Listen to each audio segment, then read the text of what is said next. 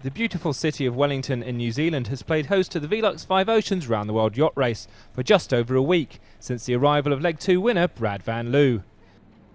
Van Loo was followed in quick succession by Poland's Zbigniew Gutkowski in second and Canadian Derek Hatfield, who completed the podium places.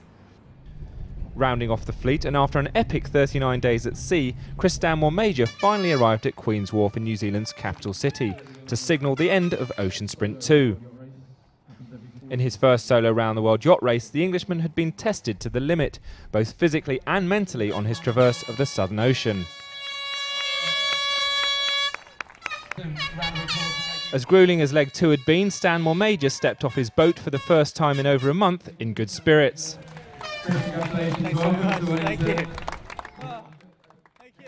I seem to specialise in taking what is quite a simple thing and making it epic, but I feel fantastic for being here. It's somewhere I've always wanted to come to, as I said in one of the video blogs I did, and the process of getting here has been so convoluted and so complicated that to finally kind of step foot on the ground here actually had some real meaning to it. And yeah, really nice to see some people down here as well. I really appreciate that. But what a glorious day! Like, the sun's out and it's clear, and it's like all that stuff that happened the last week just didn't even occur. I don't want to keep going on about a steep learning curve, but the learning curve is steep and continues. So I'm feeling much more happy about it now. I can drive the boat in heavy weather and reef the boat in heavy weather, and we've been out in 50 knots downwind and upwind, and it just keeps adding it together and adding it together. So I came in here, I'm the fourth man in, not the last man, but the last man that's going to get here, unfortunately. But I've just got to do it for myself now, that this learning has actually got a destination, and that I'm learning things and I'm putting it into practice and making the boat go faster.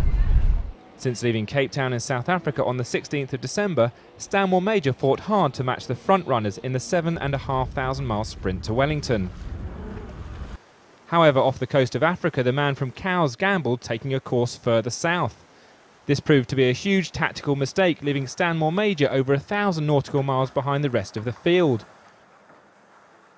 From then on, it was a game of catch-up for the former outward-bound instructor. The Britain's problems were further compounded 2 weeks into the leg by battery issues. Stanmore Major faced the prospect of losing all power and trying to complete Ocean Sprint 2 without any navigation instrumentation. As a result, the 33-year-old was forced to head north in an attempt to hug the coast of Australia, should he have needed to deviate to dry land. Having spent more time than expected on the high seas, Stanmore Major also began to run worryingly low on food and water. Adding insult to injury, with land almost in sight, the Briton was first becalmed for the best part of 2 days off the coast of New Zealand, and then was battered by some heavy weather in the Cook Strait.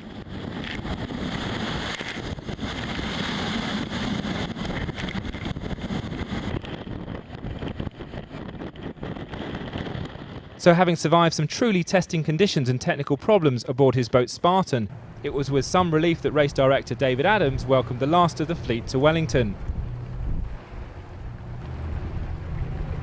Chris has kept us on our tender hooks for a little while there. He had a pretty tough last 4 days, so no, it's great to have them all here and all in one piece.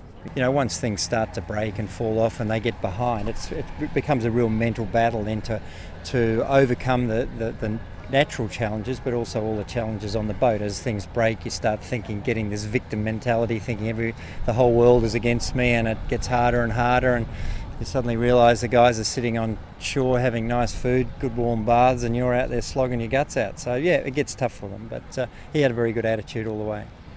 With all 4 boats now tied up at Queen's Wharf, there's just under 2 weeks until Ocean Sprint 3 starts on the 6th of February. Leg 3 will see the Velux 5 Oceans fleet take on the notorious Cape Horn.